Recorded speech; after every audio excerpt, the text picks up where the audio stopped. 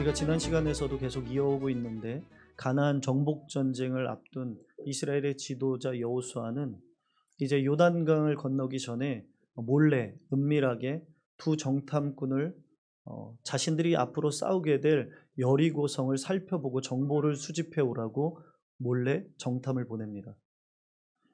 이 두 정탐꾼이 여리고성에 들어가서 첫 번째 숨어든 곳이 어디냐면 기생 라합의 집이었습니다. 아마 정탐꾼들이 그런 생각이 있었던 것 같아요. 기생의 집에는 여러 사람들이, 다양한 사람들이 드나드니까 아마 우리는 발각될 위험이 좀 적겠지라고 해서 아마 들어갔던 것 같아요. 그러나 그들의 판단 미스였죠. 그들은 실수했습니다. 그들의 은밀한 행동에도 불구하고 그들이 들어가자마자 여리고 왕에게 바로 보고가 됩니다. 왕은 그 사실을 안 즉시 사람들을 라합의 집으로 보냅니다. 그리고 이렇게 말하죠. 우리 땅을 정탐하러 온 자들을 끌어내라. 왕의 명령을 받은 사람들이 이제 라합의 집으로 들이닥치게 됩니다.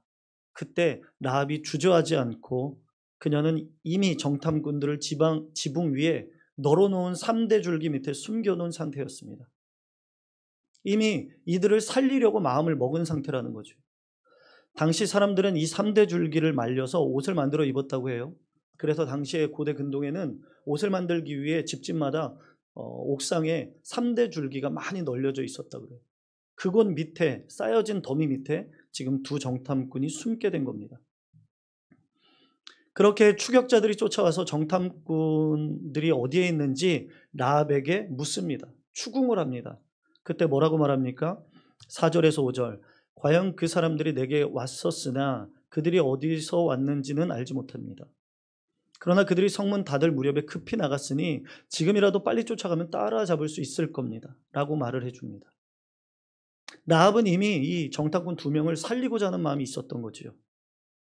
그런 라합의 말을 들은 추격자들은 요단 나루터로 향하게 되죠. 그런데 그 시간이 성문이 닫힐 시간이었습니다.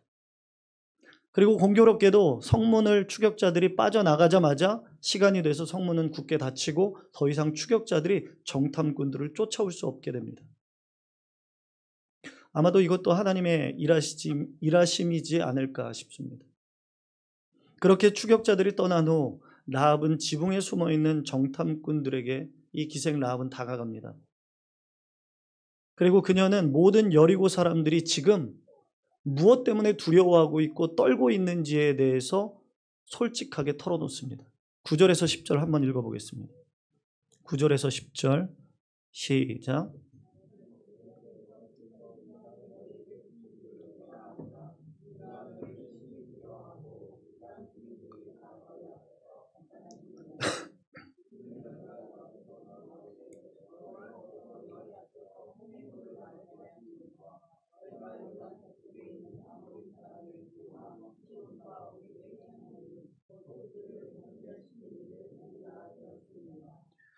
라합은 이미 하나님에 대해서 소문을 통해 잘 들었습니다. 그랬는데 지금 그 소문을 듣고 자기를 포함한 여리고 사람들이 무엇을 두려워한다는 겁니까? 전능하신 하나님의 일하심을 두려워하고 있습니다. 그런데 얼마나 두려워하냐면 간담이 녹아내렸다고 합니다. 여기서 간담이라는 것은 찰흙 아시죠? 찰흙. 흙이 꽉꽉 뭉쳐진 그 찰흙이 빗물에 씻겨내리는 것을 의미합니다. 그러니까 돌같이 단단한 흙이 빗물에 의해서 계속 씻겨서 흘러내리는 것, 그 장면을 연상시킵니다.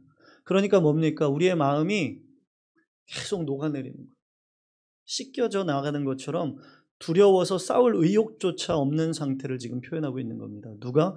여리고성 사람들이.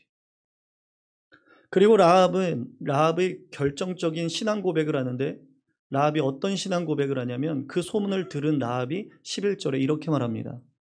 내가 그 소문을 들었습니다. 그리고 우리는 그 소문에 의해서 하나님을 두려워하고 있습니다. 그러면서 이렇게 고백하죠. 당신들의 하나님 여호와는 위로는 하늘에서도 아래로는 땅에서도 하나님이십니다. 그 뭐예요? 전능하신 하나님이시라는 거. 라합은 비록 소문을 통해 하나님을 알게 되었지만 그 하나님의 위대하심을 믿고 하나님이 참 신이시라는 것, 유일하신 하나님이시라는 것을 깨닫게 된 것입니다. 그리고 그것을 깨달은 라합은 이제 자신의 생명을 걸고 이스라엘 백성들에게 당신들의 하나님이 우리를 구원해 줄 것을 요구하고 있습니다. 여러분, 이것은 정말 신실한 믿음, 확실한 믿음이 아니고서는 내 생명을 맡길 수 없는 문제입니다. 여기까지가 2장 2절에서 13, 14절까지 본문의 내용의 일부입니다. 여러분, 오늘 우리는 이 말씀에서 성경이 라합의 어떤 믿음에 대해서 이야기하고 있는지 우리의 믿음을 다시 한번 점검하고 깨닫는 시간이 되길 바랍니다. 오늘 본문에서 라합은 두 가지 라합의 믿음의 반응을 볼 수 있는데, 먼저 라합이 어떤 믿음인가? 첫째는 들은 말씀에 반응하는 믿음이었다는 것. 들은 말씀에 반응하는 믿음. 여러분, 라합의 믿음은 단순히 정보를 들은 것에서 그치지 않았다는 거죠. 그 들은 말씀 속에 즉각적이고 전적으로 행동으로 인한 반응을 보였다는 거죠. 반응하는 믿음이었다는 겁니다. 믿음이 없다면 하나님의 말씀이나 소식에 올바르게 반응할 수 없습니다. 여러분, 우리도 그렇지 않습니까? 살다 보면 누군가의 말을 믿어야만 그와 함께 할 수 있습니다. 반응하는 거죠. 내가 믿지 못하는데 어떻게 반응할 수 있겠습니까? 어떻게 그와 행동할 수 있겠습니까?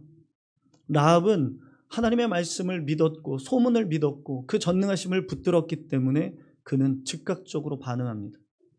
여호수아 2장 10절을 보면 라합은 여리고성 모든 주민과 마찬가지로 이스라엘의 하나님께서 홍해를 마르게 하고 강력한 아모리 족속의 왕들을 멸하셨다는 놀라운 소식을 모두가 다 같이 들었습니다.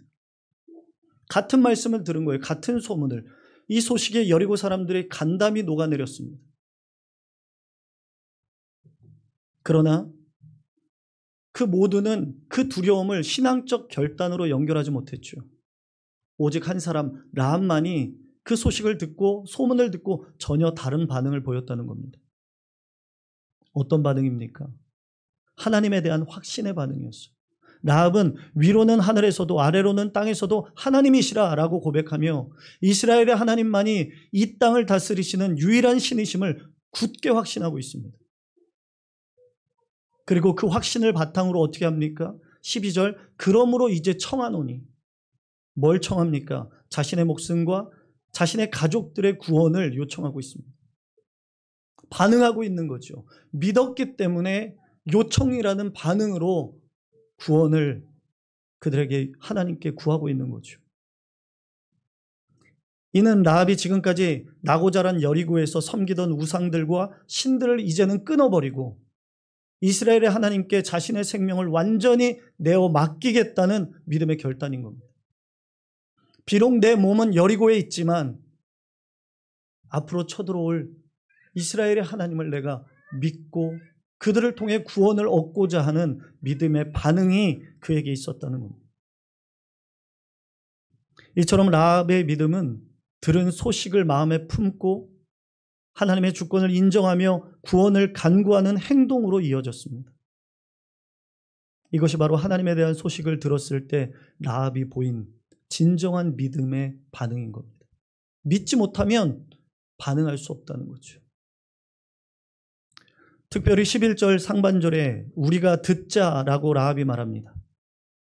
여기서 들었다라는 단어 샤마인데 이 샤마라는 히브리어 원어가 굉장히 중요합니다. 지금 라합이 들었다, 듣다라는 이 샤마는 단순히 정보가 귀에 들려오는 것을 넘어서 순종을 전제로 한 듣기입니다. 그러니까 무슨 말인가? 내가 이 말씀에 순종하겠다는 결단을 가지고 듣고 있는 거예요. 그냥 들어봐야지가 아니라 나는 이 말씀에 순종할 거예요. 어떤 말씀이 들리든 나는 그 말씀에 순종으로 반응할 거야 라는 전제를 가지고 듣고 있다는 거예요. 말씀을 듣고 그 능력 앞에 두려워하는 것은 누구나 할 수 있습니다. 말씀을 듣고 깨닫는 것은 누구나 할 수 있습니다. 그러나 그 말씀에 내 삶을 내어 맡기는 반응의 자리까지 가는 것은 믿음이 필요합니다. 그렇습니다. 말씀은 내가 순종하기 위해 듣는 것입니다. 그냥 듣는 것은 의미가 없습니다. 듣고 깨닫는 것은 의미가 없습니다. 그렇게 사랑하는 초단교회 성도 여러분, 우리 모두가 오늘도 순종하기 위해 듣고 믿음으로 반응하기 위해 이 자리에 나온 줄로 믿습니다. 아이들과 대화하다 보면 이 아이가 들으랜지, 이 말을 들으랜지 안 들으랜지 부모는 압니다. 키워봤으니까.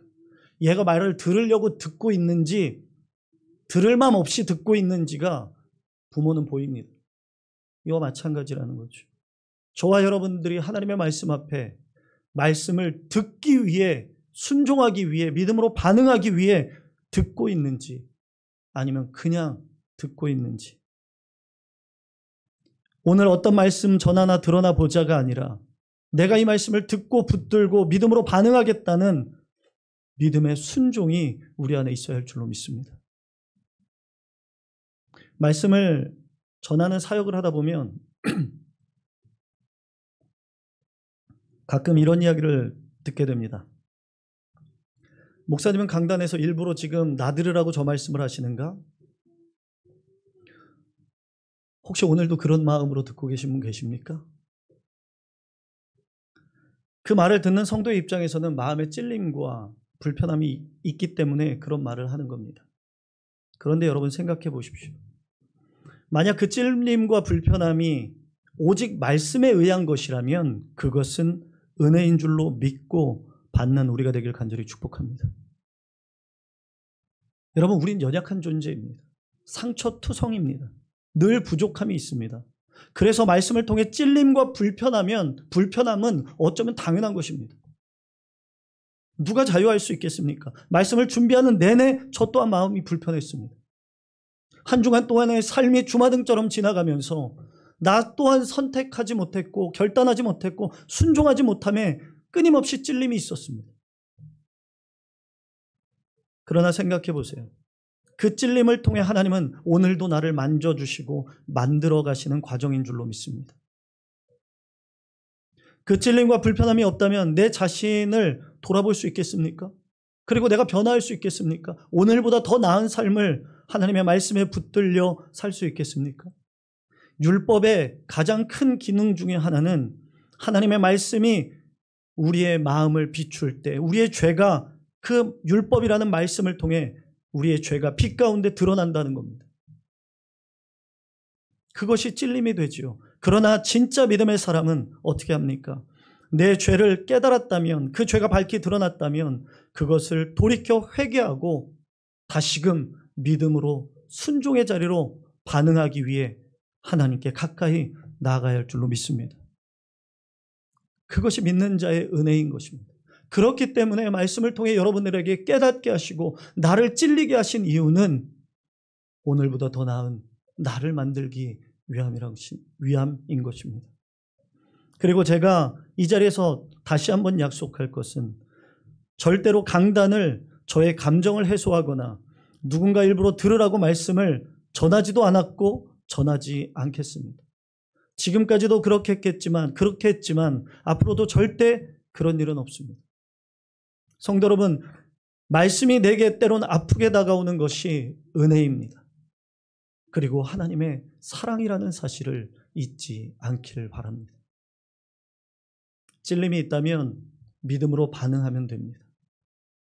그 찔림과 불편함을 마음에 담아두고 있는 것이 아니라 하나님이 내게 주신 말씀으로 받아 순종의 자리로 나아갈 때 우리에게 새로운 삶이 펼쳐지게 될 것입니다. 여러분, 우리는 매주 하나님의 말씀을 듣죠. 그러나 그저 지식으로만 듣고 삶이 변하지 않는다면 그것은 라합이 함께 살았던 여리고 사람들과 다르지 않습니다. 말씀을 들을 때 아멘 하며 그 말씀에 순종으로 반응하는 것이 바로 성령께서 우리 안에 일하고 계신다는 믿음의 증거인 줄로 믿습니다. 제가 말씀을 준비하면서 제 신앙생활을 돌아볼 때 안타까운 것은 이런 것이었습니다. 한국 교회의 많은 목사님들이 기복신앙, 기복주의적인 말씀을 전한다고 합니다. 그래서 많은 성도들은 그 말씀이 듣기 싫고 그 말씀이 너무 힘들다 말합니다. 그 말씀 따라가는 것이 쉽지 않다고 말합니다. 그런데 정작 기복적인 말씀이 아니라 우리의 말씀에 찔림과 깨닫게 하시는 말씀을 받을 때도 우리는 동일하게 반응한다는 사실입니다. 중요한 건 무엇입니까? 내가 하나님 앞에 잘 서 있는가? 내가 한 말씀이라도 믿음으로 반응하고 있는가?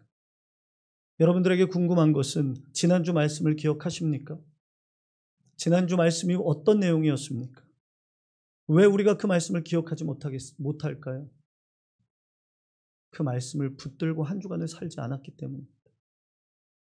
듣는 것에 그치고 교회를 빠져나가면 일상의 삶으로 돌아가 그냥 동일한 그리스도인으로서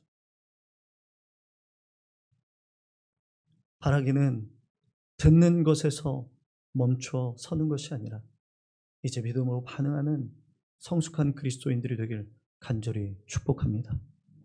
찰스 스펄전은 이런 이야기를 했습니다. 믿음은 귀로 시작되어 발로 완성된다. 어느 날 한 성도가 찾아와 이렇게 말합니다. 목사님, 저는 매일 성경을 묵상하고 그 성경을 읽으면서 매일 눈물을 흘리고 감동을 받습니다.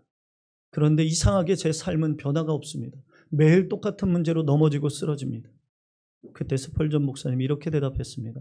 성경을 읽을 때마다 감동받는 것 좋지만 감동은 순종의 문턱 앞에서 멈추면 아무 힘이 없습니다. 믿음은 귀에서 시작되지만 무릎과 손으로 이어질 때 비로소 생명으로 열매를 맺게 됩니다. 라합은 단순히 소문을 들은 자가 아니라 그 말씀에 순종하는 자, 믿음으로 반응하는 자였습니다. 여리고성 사람들은 다 들었지만 아무도 움직이지 않았습니다. 혹시 여러분, 우리가 하나님의 말씀을 유튜브 영상 구독하듯 대하고 있지 않습니까? 요즘 무엇이든 인강으로 듣죠. 온라인으로 강의를 듣습니다. 영어를 배우든 코딩을 배우든 재테크를 하든 최고의 강사들이 유튜브를 통해 손쉽게 지식을 알려줍니다. 전해줍니다. 그런데 예를 들어 이런 게 있습니다. 억대 연봉을 버는 비법. 여러분 어떻게 하시겠어요? 눈 시뻘겋게 쳐다볼 거예요, 아마. 억대 연봉을 버는 성공한 강사가 성공의 원칙과 비결을 정확하게 전달한다고 한다면 여러분들 어떻게 하실까요? 필기, 노트 필기하고 들으면서 고개를 끄덕이며 야, 맞지, 저거지. 그리고 다 들은 다음에 별점 5점 주고 좋아요 누르고 구독 누르고 다른 사람한테 이 강의 들어보라고 카톡으로 또 보내줍니다. 그런데 정작 그 강사가 핏대를 내세워 실천하라고 한 것들, 아침에 일찍 일어나고 컨디션 조절하고 고객들에게는 연락하는 걸 게을리하지 말고 위험하더라도 투자를 할 때는 위험을 감수하고라도 투자할 때는 강력하게 투자하라고, 이런 이야기를 수없이 들었지만 머리로만 이해합니다. 실천하지 않아요. 과연 그런 사람이 정말로 억대 연봉을 벌 수 있을까? 목회자들 중에 저를 포함한 정말로 큰 착각 속에 사는 사람들이 너무 많아요. 목회자들 중에 어떤 착각인가? 책을 사서 책꽂이에 꽂아놓으면 내 책이 됐는 줄 알아요. 내 지식이 됐는 줄 알아요.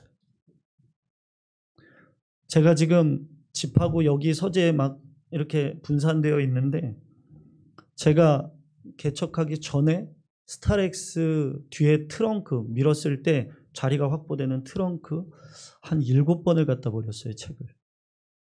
왜냐하면 사놓고 읽은 것도 있고 안 읽은 것도 있는데 이사할 때마다 너무 짐인 거예요. 이삿짐 센터가 목회자 집 이사할 때 가장 싫어해요. 왜냐하면 책이 좀 무겁냐고요. 근데 제 집이 방 한 칸을 다 채울 정도로 책이 있었어요. 근데 짐이더라고요. 그렇다고 뭐 누구와 빌려가는 것도 아니고. 근데 더 무서운 건 그게 다 내 지식이라고 착각한다는 거예요. 여러분, 이 억대 연봉을 버는 사람, 그 지식을 받았다고 그 연봉을 받는 사람이 될 수 있습니까? 그렇지 않습니다. 그냥 억대 연봉을 버는 법을 아는 사람일 뿐입니다. 그의 현실은 전혀 변하지 않습니다. 지식은 삶의 변화를 일으키지 못하죠. 변화를 일으키는 것은 아멘 하고 들은 그 말씀을 믿음으로 반응하며 순종의 자리로 나아가는 것입니다. 라합과 같이 순종을 위한 믿음의 샤마, 그 들음이 있는 저와 여러분들이 되기를 간절히 축원합니다. 이국종 교수가 쓴 골든아워라는 책에 이런 문장이 나옵니다. 이국종 교수 아시죠? 이런 이야기를 했습니다. 사람을 살리는 것, 그것이 우리의 일이다. 살릴 수 있는 생명은 무조건 살린다. 환자는 돈 낸 만큼이 아니라 아픈 만큼 치료받아야 한다. 멋있어요. 저는 이국종 교수의 이런 고백에 감동이 되었습니다. 그리고 또 이런 문장도 있어요. 환자 명단과 협의 진료 실적이 내가 세상에서 일을 하면서 존재하는 유일한 흔적이다. 사람을 고쳐서 돈을 버는 게 흔적이 아니라 환자를 진료한 진료 내용과 협진한 내용이 의사가 자신의 의사로서 세상에 존재하는 유일한 흔적이라는 거예요. 자기를 평가하는 기준은 딱 하나라는 거죠. 무슨 대학을 나왔나, 얼마나 배웠나, 유명 대학병원에 근무했나, 의사로서 얼마나 유명세를 떨쳤나, 이런 게 아니라 환자를 몇 명 살렸는지, 환자를 몇 명 치료해 주었는지가 이국종 교수의 유일한 기준이라는 것입니다. 책에서 이 글을 읽는데 오늘 말씀과 오버랩되는 거예요. 여러분, 하나님이 내게 하시는 말씀이지 않을까요? 여러분들과 제가 우리의 유일한 기준이 무엇입니까? 이 땅에 사는 날 동안 우리가 하나님의 말씀을 통해 깨닫게 하시면 우리는 믿음으로 반응하며 행해야 하고 그 길이 어려움이 있더라도 순종하는 것. 그것이 믿는 자의 유일한 기준이 되어야 할 줄로 믿습니다.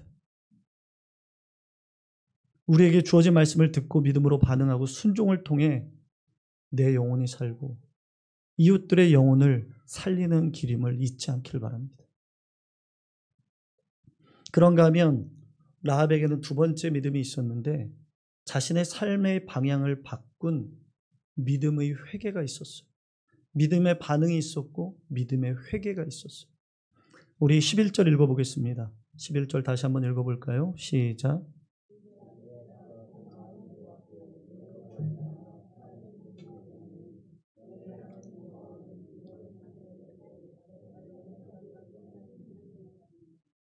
라합은요, 지금 하나님의 전능하심과 위대하심에 감탄하고 있죠. 그런데 감탄에서 끝나지 않았어요. 그녀는 정탐꾼 앞에서 이렇게 고백합니다. 너희의 하나님이 위로나 아래로나 유일하신 하나님이다. 이 고백은 라합의 신앙의 전환점이었습니다. 무슨 말인가? 지금까지 여리고성 안에서 자신이 나고 자라면서 섬기던 이방신들이 있습니다. 그리고 자신들이 누렸던 가치와 문화들이 있었습니다. 그런데 지금 라합은 그 모든 것들을 끊어내겠다는 결단을 하고 있습니다. 그리고 누구의 자녀로 살겠다고 하는 겁니까? 유일하신 참 하나님이심을 고백하며 그 하나님 안에서 내가 구원받아 살겠다고 지금 고백하고 있습니다. 삶의 방향이 바뀐 거죠. 이것이 바로 회개입니다. 회개는 즉시 삶의 방향을 돌이키는 것입니다. 질질 끌고 가는 것이 아닙니다. 때가 있겠지가 아니라 오늘 깨닫고 회개했으면 오늘 돌이키는 겁니다. 그리고 라합은 그 믿음을 행동으로 증명하죠. 목숨을 걸고 정탐꾼을 숨겨주고 자신의 가족을 구원해달라고 요청한 이 행동은 단순히 생존을 위한 행위가 아니라 이미 마음으로 하나님의 백성이 되기로 결심한 회개의 열매였습니다. 이제 다 버리고 하나님 자녀로 살겠다는 결단인 것입니다.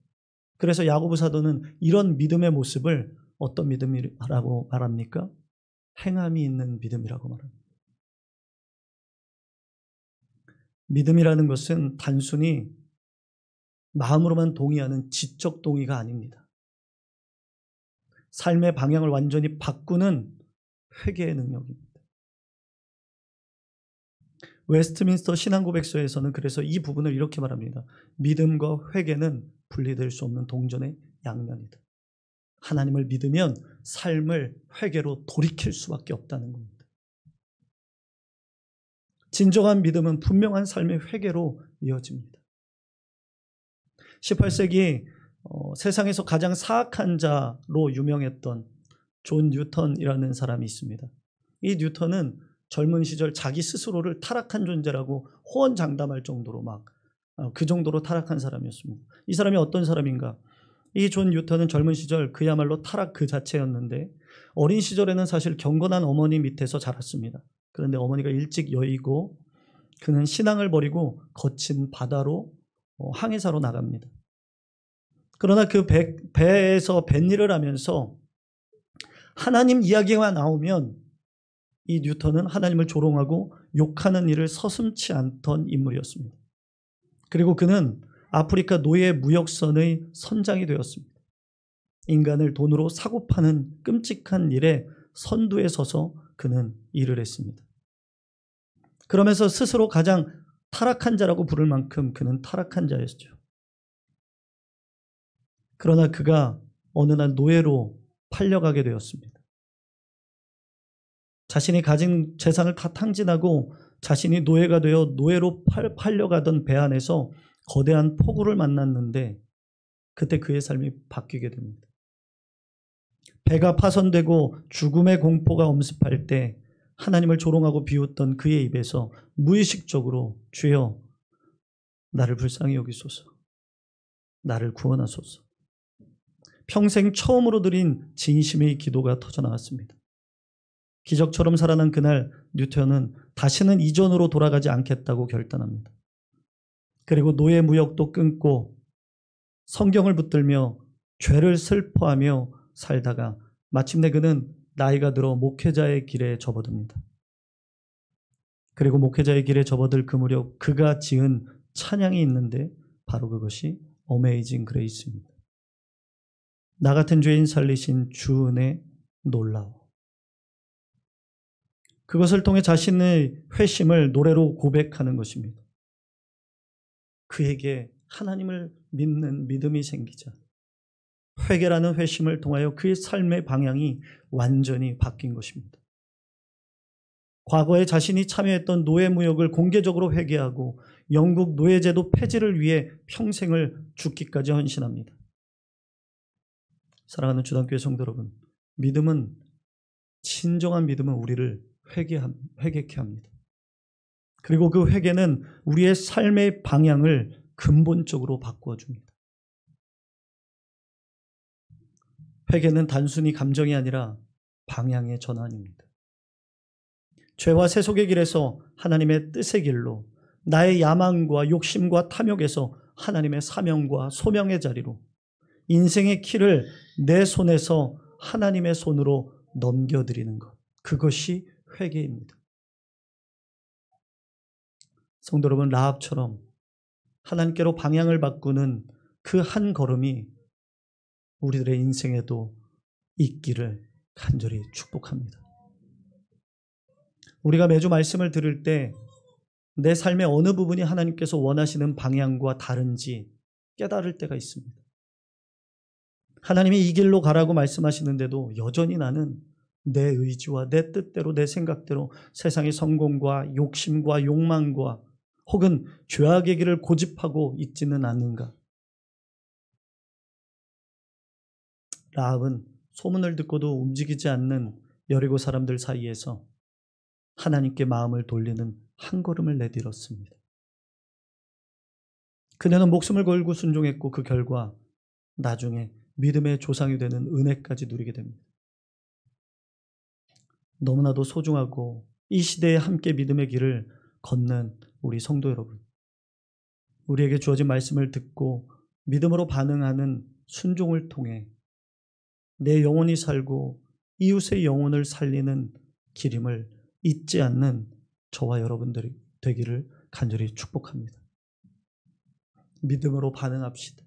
그리고 믿음으로 진정한 회개를 통해 삶의 방향을 바꿉시다. 그 길이 때로는 어렵고 힘겨울지라도 하나님이 원하시고 기뻐하시는 길이기에 오늘도 함께 손잡고 기도하며 예배하며 그 길을 걷는 우리 주담교회 성도들 다 되기를 간절히 축복합니다.